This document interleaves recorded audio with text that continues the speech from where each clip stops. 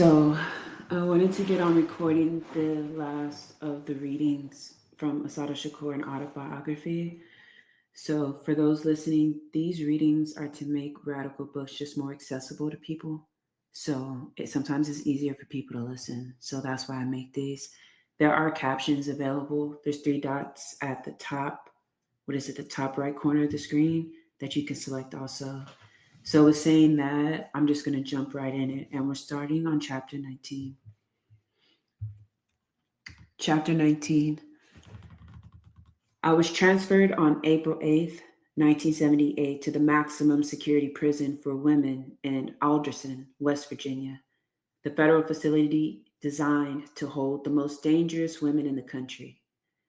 I had been convicted of no federal crime, but under the Interstate Compact Agreement, any prisoner can be shipped, like cargo, to any jail in U.S. territory, including the Virgin Islands, miles away from family, friends, and lawyers.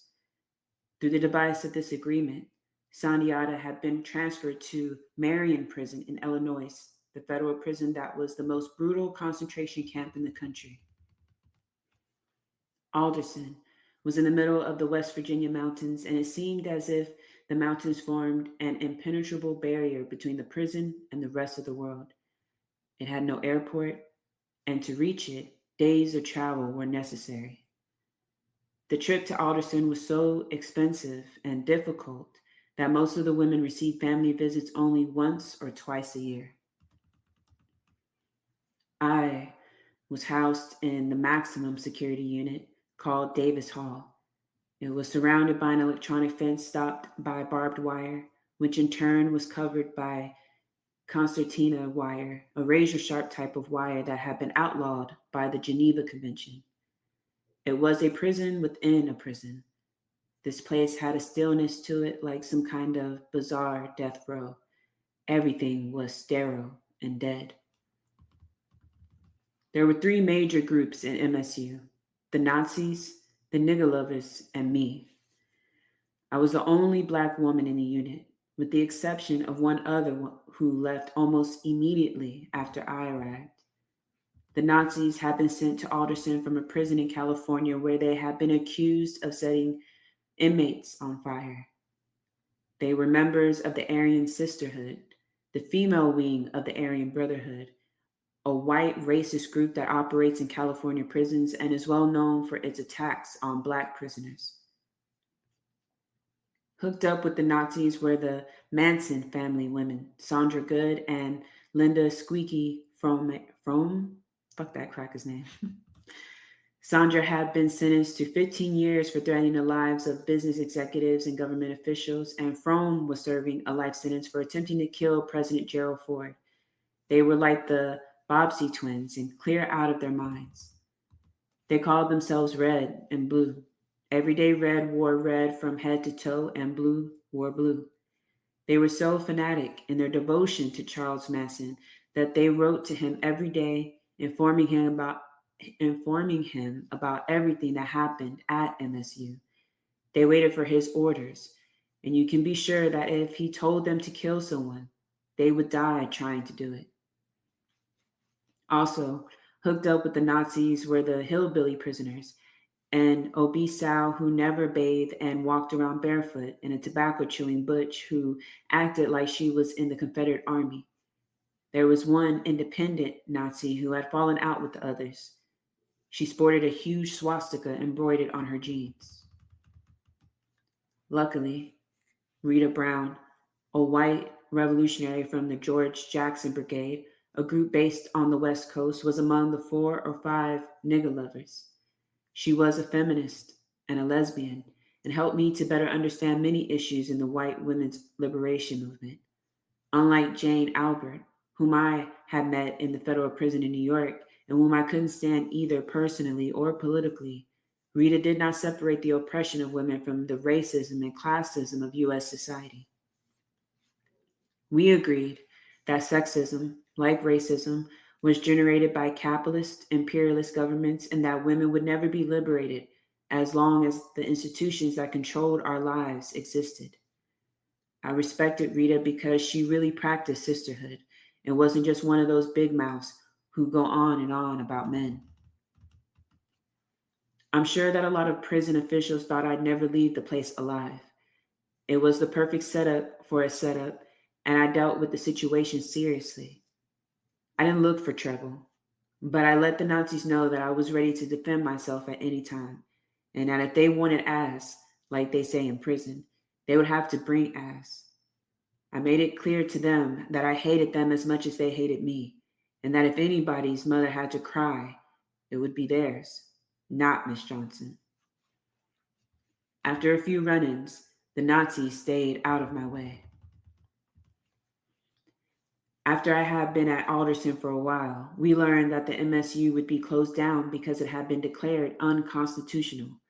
A phase-out stratification program was implemented that enabled those in MSU to leave it during the day and to participate in the same activities permitted those in the general population. I got a job working on the general mechanics crew, was allowed recreation, attended classes, and was able to eat and visit with other women in general population. Many of the sisters were Black and poor and from DC, where every crime is a violation of a federal statute. They were beautiful sisters serving outrageous sentences for minor offenses. Similar to the situation that existed at the federal prison in New York, some women could not afford to buy cigarettes without foregoing necessities, while others had money, contacts, wore fur coats, and lived as if they were in a different prison. That small group of women have been convicted of drug trafficking. Rumor had it that they performed the same services in prison as they had on the street, only now they worked for the guards. One day, as I was returning to Davis Hall, a middle-aged woman with salt and pepper hair caught my eye. She had a dignified school teacher look. Something drew me towards her. As I searched her face, I could see that she was also searching mine. Our eyes locked in a questioning gaze. "Lolita," I ventured. "Assata," she responded. And there, in the middle of those Alderson prison grounds, we hugged and kissed each other. For me, this was one of the greatest honors of my life. Lolita Lebrón was one of the most respected political prisoners in the world. Ever since I had first learned about her courageous struggle for the independence of Puerto Rico, I had read everything I could find that had been written about her. She had spent a quarter of a century behind bars and had refused parole unless her comrades were also freed. After all those years, she had remained strong, unbent, and unbroken, still dedicated to the independence of Puerto Rico and the liberation of her people.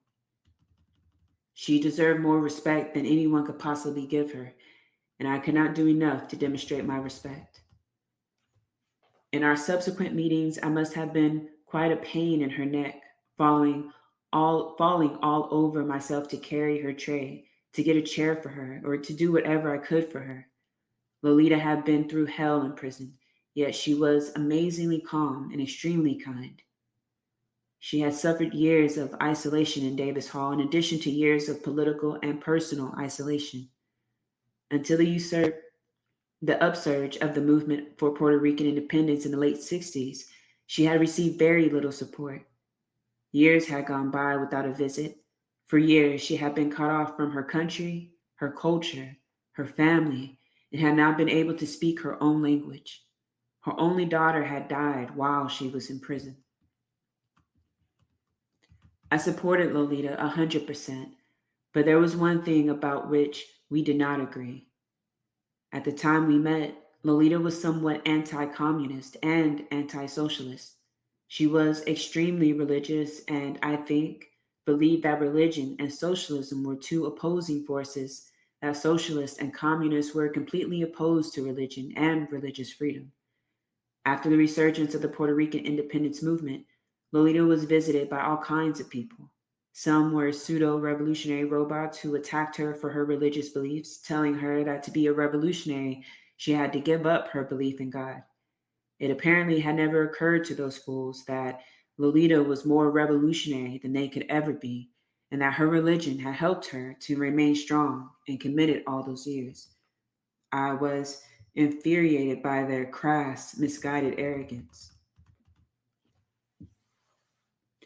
I had become close friends with a Catholic nun, Mary Alice, while at Alderson, who introduced me to liberation theology. I had read some articles by Camilo Torres, the revolutionary priest, and I knew that there were a lot of revolutionary priests and nuns in Latin America. But I didn't know too much about liberation theology.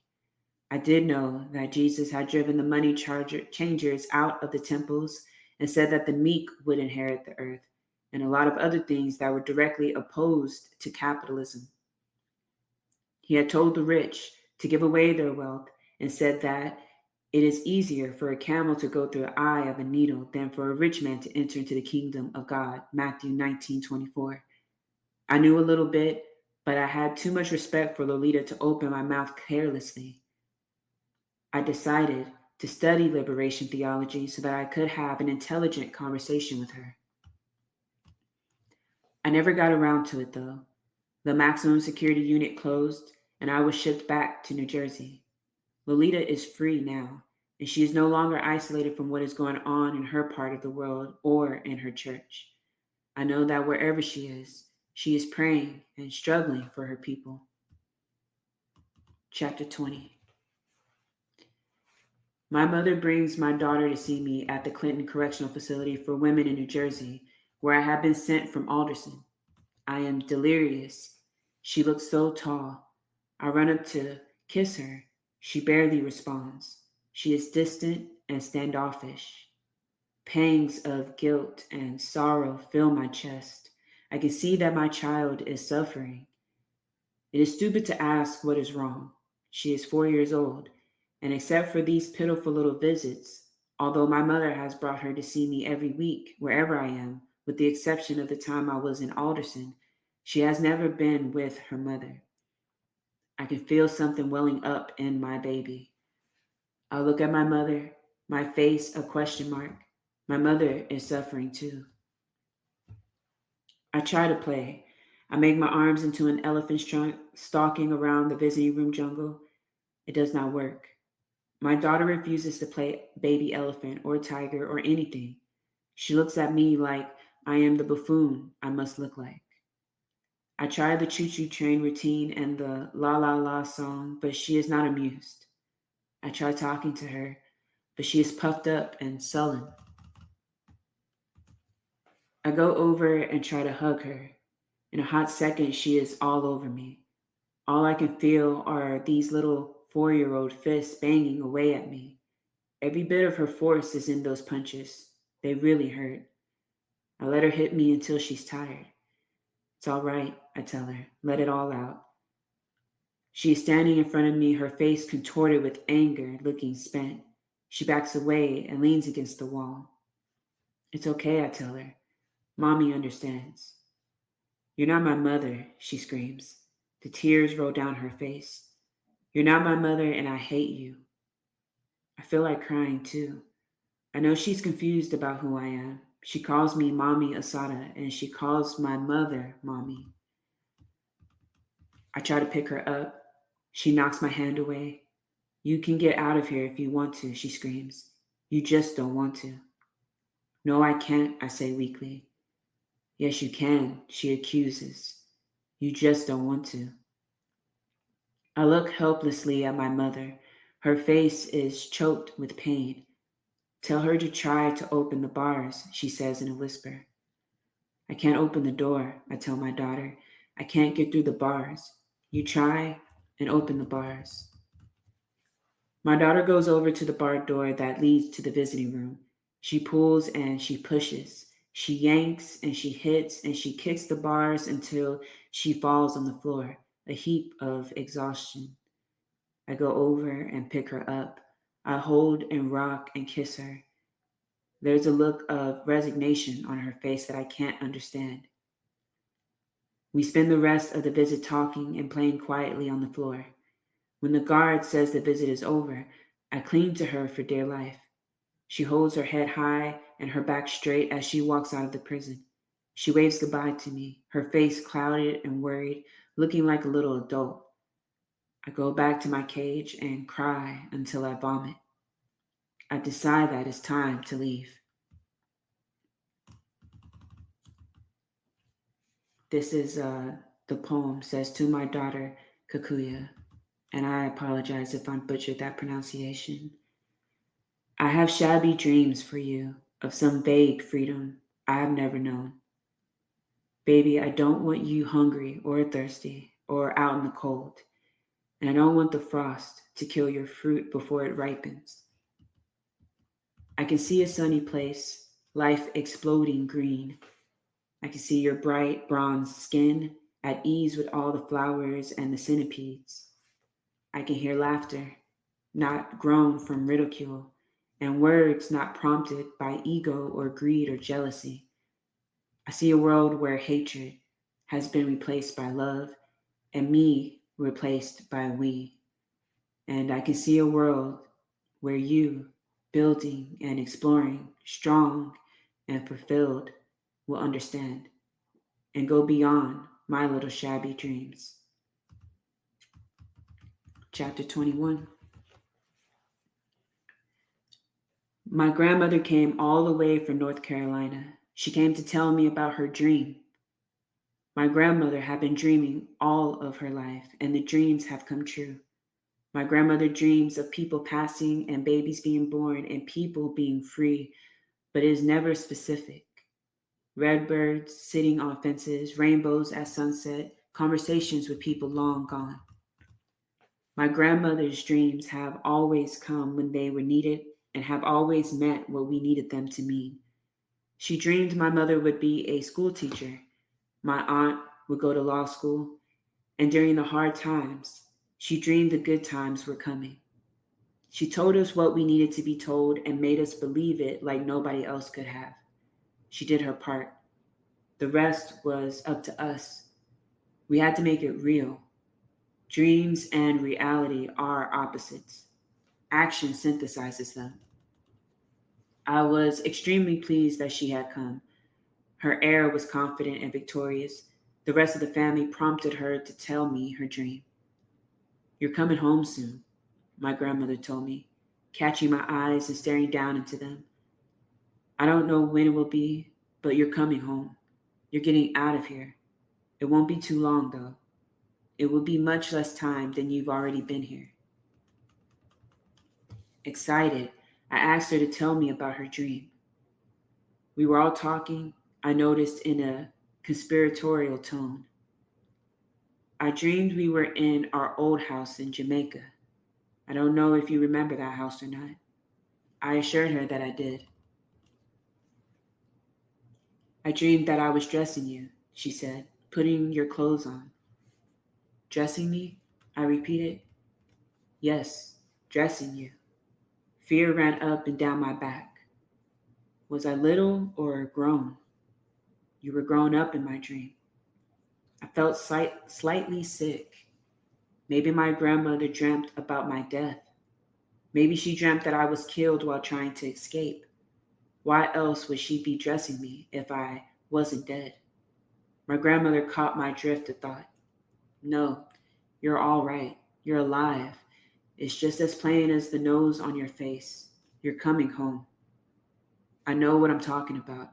Don't ask me to explain it anymore because I can't. I just know you're going to come home and that you're going to be all right. I drilled her for more details. Some she gave and some she didn't. Finally, after I had asked 1,000 questions, my grandmother let all the authority show in her face. I know it would happen because I dreamt it. You're getting out of this place and I know it. That's all there is to it. My grandmother sat looking at me.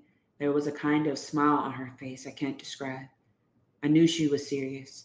My grandmother's dreams were notorious. Her dreams came true. All her life, her uncanny senses have been like a radar, picking up and identifying all kinds of things that we don't even see. My family and I just sat there vibing on each other, talking and laughing, bringing up old memories and telling funny stories. Calmness rolled down my body like thick honey. When I got back to my cell, I thought about it all. No amount of scientific, rational thinking could diminish the high that I felt. A tingly, giddy excitement had caught hold of me, I had gotten drunk on my family's arrogant, carefree optimism.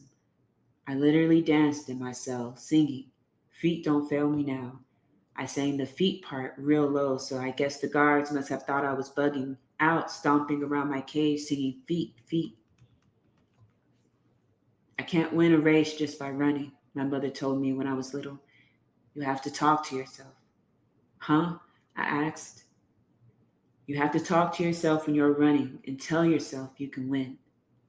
It had become a habit of sorts. Anytime I am faced with something difficult or almost impossible, I chant. Over the years, I have developed different kinds of chants, but I always fall back on the old one. I can, yes, I can. I called my grandparents a day or two before I escaped. I wanted to hear their voices one last time before I went. I was feeling kind of mush, and so as not to sound suspicious, I told them I wanted to hear some more about the family's history, tracing the ties back to slavery. All too soon, it was time to hang up. Your grandmother wants to say something else to you, my grandfather told me. I love you, my grandmother said. We don't want you to get used to that place, do you hear me? Don't you let yourself get used to it. No, grandmommy, I won't. Every day out in the street, I remind myself that Black people in America are oppressed. It's necessary that I do that. People get used to anything.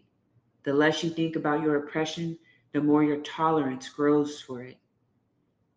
After a while, people just think oppression is the normal state of things. But to become free, you have to be acutely aware of being a slave. This poem is called The Tradition. Carry it now, carry it on. Carry it now, carry it on. Carry on the tradition. There were Black people since the childhood of time who carry it on. In Ghana and Mali and Timbuktu, we carried it on. Carried on the tradition. We hid in the bush when the slave masters came, holding spears, and when the moment was ripe, leapt out and lanced the lifeblood of would-be masters. We carried it on. On slave ships, hurling ourselves into oceans, slitting the throats of our captors. We took their whips and their ships, blood flowed in the Atlantic, and it wasn't all ours. We carried it on. Fed Missy arsenic apple pies, stole the axes from the shed, went and chopped off master's head. We ran, we fought, we organized a railroad, an underground. We carried it on. In newspapers, in meetings, in arguments and street fights, we carried it on. In tales told to children, in chants and chantadas, in poems and blues songs and saxophone screams, we carried it on. In classrooms, in churches, in courtrooms, in prisons, we carried it on. On soapboxes and picket lines, welfare lines, unemployment lines, our lives on the line, we carried it on. In sit-ins and pray-ins and march-ins and die-ins, we carried it on. On cold Missouri midnights, pitting shotguns against lynch mobs, on burning Brooklyn streets, pitting rocks against rifles, we carried it on. Against water hoses and bulldogs, against nightsticks and bullets, against tanks and tear gas, needles and nooses, bombs and birth control, we carried it on. In Selma and San Juan, Mozambique, Mississippi, in Brazil and in Boston, we carried it on. Through the lies and the sellouts, the mistakes and the madness, through pain and hunger and frustration, we carried it on. Carried on the tradition, carried a strong tradition, carried a proud tradition, carried a Black tradition, carried it on. Pass it down to the children, pass it down, carry it on now, carry it on to freedom. And this part is the postscript. Freedom I couldn't believe that it had finally really happened, that the nightmare was over, that finally the dream had come true. I was elated, ecstatic, but I was completely disoriented. Everything was the same, yet everything was different. All of my reactions were super intense. I submerged myself in patterns and textures, sucking in smells and sounds as if each day was my last. I felt like a warrior. I forced myself not to stare at the people whose conversations I strained to overhear. Suddenly, was flooded with the horrors of prison and every disgusting experience that somehow I had been able to minimize while inside. I had developed the ability to be patient, calculating, and completely self controlled. For the most part, I had been incapable of crying. I felt rigid, as though chunks of steel and concrete had worked themselves into my body. I was cold. I strained to touch my softness. I was afraid that prison had made me ugly. My comrades helped a lot. They were so beautiful, natural, and healthy. I loved them for their kindness to me.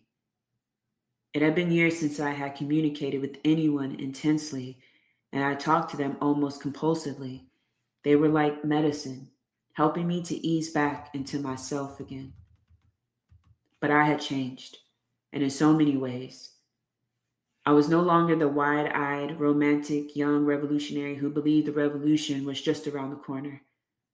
I still appreciated energetic idealism, but I had long ago become convinced that revolution was a science. Generalities were no longer enough for me.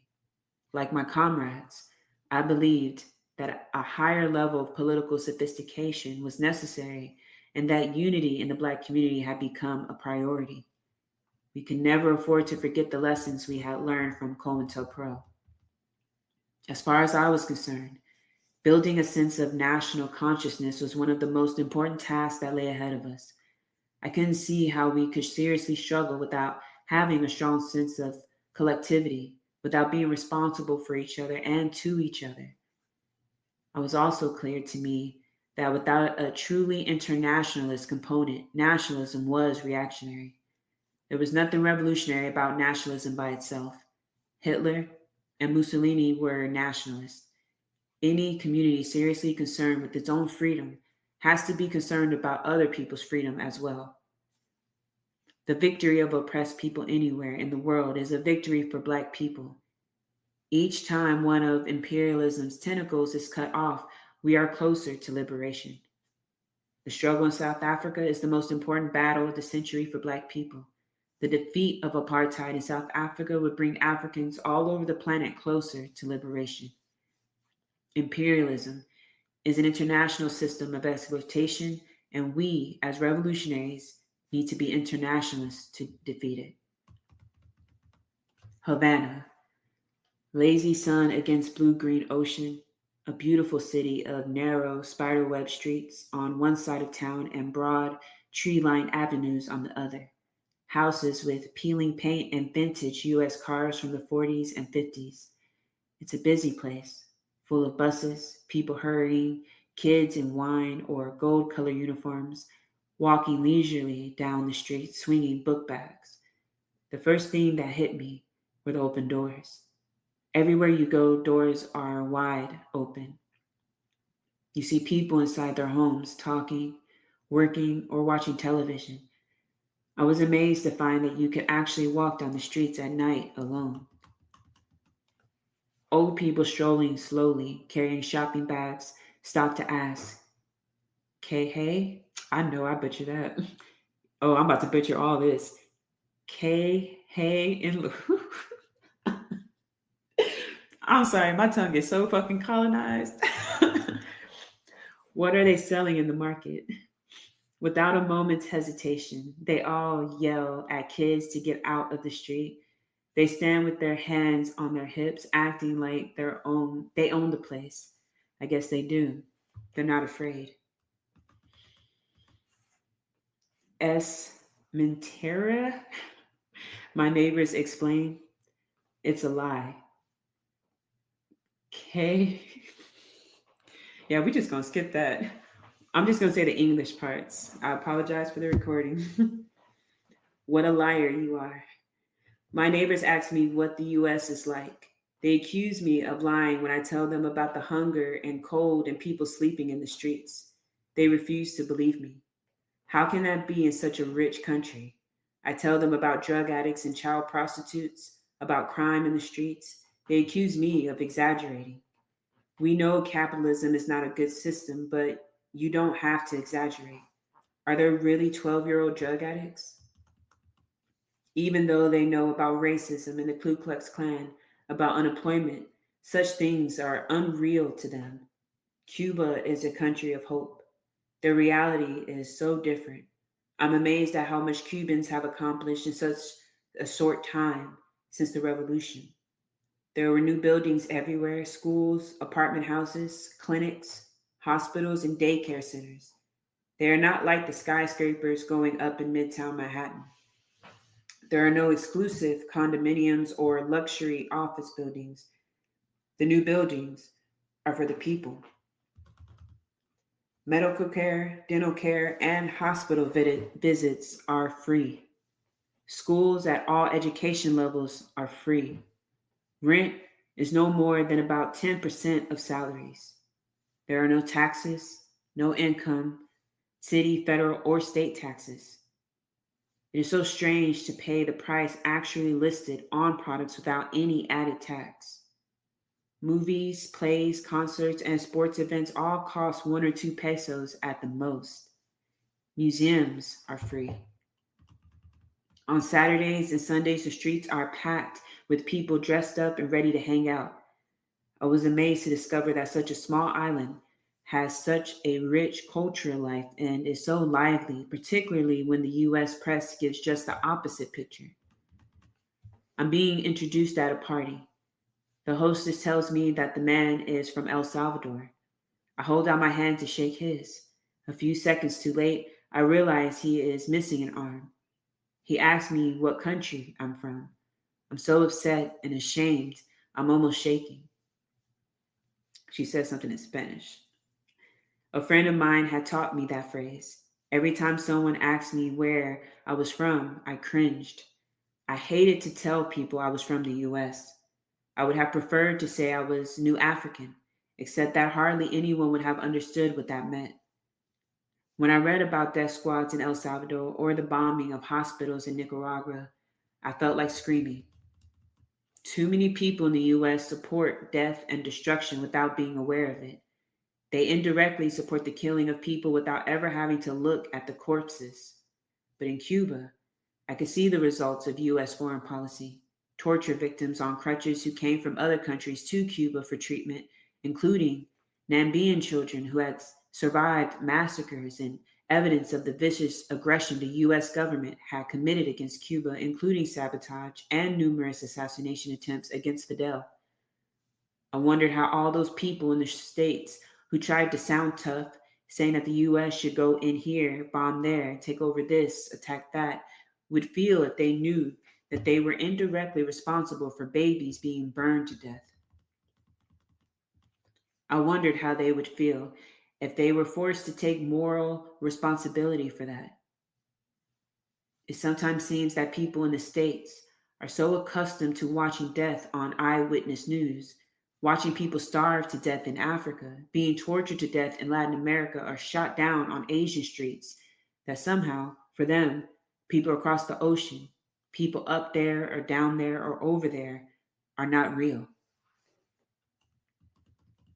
One of the first questions on the mind of Blacks from the States when they come to Cuba is whether or not racism exists. I was certainly no exception. I had read a little about the history of Black people in Cuba and knew that it was very different from the history of Black people in the States. Cuban racism had not been as violent or as institutionalized as US racism, and the tradition of the two races, Blacks and whites, fighting together for liberation, first from colonization and later from dictatorship, was much stronger in Cuba.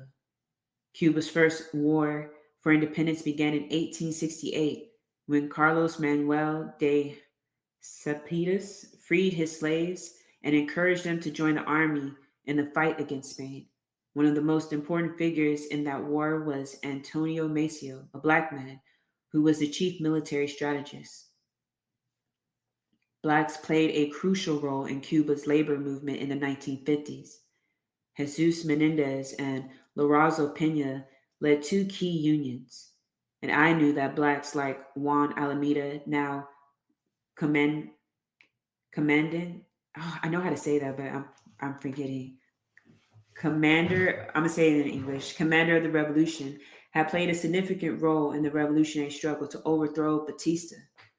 But I was most interested in learning what had happened to blacks after triumph of the revolution. I spent my first weeks in Havana walking and watching. Nowhere did I find a segregated neighborhood, but several people told me that where I was living had been all white before the revolution. Just from casual observation, it was obvious that race relations in Cuba were different from what they were in the US. Blacks and whites could be seen together everywhere, in cars, walking down streets. Kids of all races played together. It was definitely different. Whenever I met someone who spoke English, I asked their opinion about the race situation. Racism is illegal in Cuba, I was told. Many shook their heads and said, Aquí no hay racismo. There is no racism here. Although I heard the same response from everyone, I remained skeptical and suspicious. I couldn't believe it was possible to eliminate hundreds of years of racism just like that, in 25 years or so. To me, revolutions were not magical, and no magic wand could be waved to create changes overnight. I come to see revolution as a process. I eventually became convinced that the Cuban government was completely committed to eliminating all forms of racism. There were no racist institutions, structures, or organizations, and I understood how the Cuban economic system undermined rather than fed racism. I had assumed that blacks would be working within the revolution to implement the changes and to ensure the continuation of the non-racist policies that Fidel and the revolutionary leaders had instituted in every aspect of Cuban life. A black Cuban friend helped me have a better understanding. He told me that Cubans took their African heritage for granted, that for hundreds of years, Cubans had danced to African rhythms, performed traditional rituals, and worshiped gods like Shango and Ogun. He told me that Fidel, in a speech, had told the people, we are all Afro-Cubans, from the very lightest to the very darkest. I told him that I had thought it was the duty of Africans everywhere on this planet to struggle to reverse the historical patterns created by slavery and imperialism. Although he agreed with me, he quickly informed me that he didn't think of himself as an African. Yo soy cubano, I'm Cuban, and it was obvious he was very proud of being Cuban. He told me a story about a white Cuban who had volunteered twice to fight in Angola. He had received awards for heroism. His case is not at all common in Cuba, but there are some who have problems adjusting to change. What was his problem? I asked. When the guy came home, he caused a big scandal with his family. His daughter wanted to marry a black man, and he opposed the marriage. He said he wanted his grandchildren to look like him. It was a big argument, and his whole family got into it. This guy was so mixed up, he went crazy when his daughter called him a racist. He wanted to fight everybody. He was out in the street crying and kicking lampposts. He didn't know what to do. All the time he was in Angola fighting against racism, he never thought about his own racism. I agreed with him that whites fighting against racism had to fight on two levels, against institutionalized racism and against their own racist ideas. What happened to the man? I asked. Well, his daughter got married anyway, and his family convinced him to go to the wedding. Now, he babysits for his grandchildren, and he says he's crazy about them, but the guy is still not right in the head. Every time I see him, he's apologetic. I told him I don't want his apologies. Let him apologize to his daughter and her husband. As long as he supports the revolution, I don't care what he thinks. I care more about what he does. If he really supports the revolution, then he's going to change. And even if he never changes, his kids are going to change, and his grandchildren will change even more. That's what I care about. The whole race question in Cuba was even more confusing to me because all the categories of race were different. In the first place, most white Cubans wouldn't even be considered white in the US. They'd be considered Latinos. I was shocked to learn that a lot of Cubans who looked black to me didn't consider themselves black. They called themselves mulattoes, Colorados, Jabaos, and a whole bunch of other names. It seemed to me that anyone who wasn't jet black was considered a mulatto. The first time someone called me a mulatta, I was so insulted that if I had been able to express myself in Spanish, we would have had a heated argument right there on the spot. Yo no soy una, in Spanish, basically saying I'm not a mulatta, I'm black, and you better call me black. I would tell people as soon as I learned a little Spanish. Oh, she says, I'm not a mulatto, but a black woman, and I'm proud to be black. Some people understood where I was coming from, but others thought I was too hung up on the race question. To them, mulatto was just a color like red, green, or blue. But to me, it represented a historical relationship. All of my associations with the word mulatto were negative. It represented slavery, slave owners raping black women. It represented a privileged caste educated in European values and culture. In some Caribbean countries, it represented the middle level of hierarchical three caste system, the caste that acted as a buffer class between the white rulers and the black masses.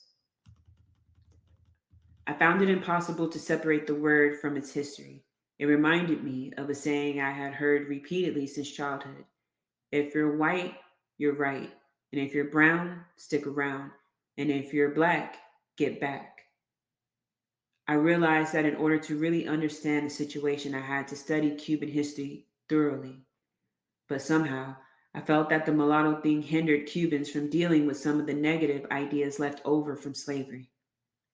The Black Pride movement had been very important in helping Black people in the US and in other English speaking countries to view their African heritage in a positive light. I had never heard of any equivalent movement around mulatto pride, and I couldn't imagine what the basis for it would be.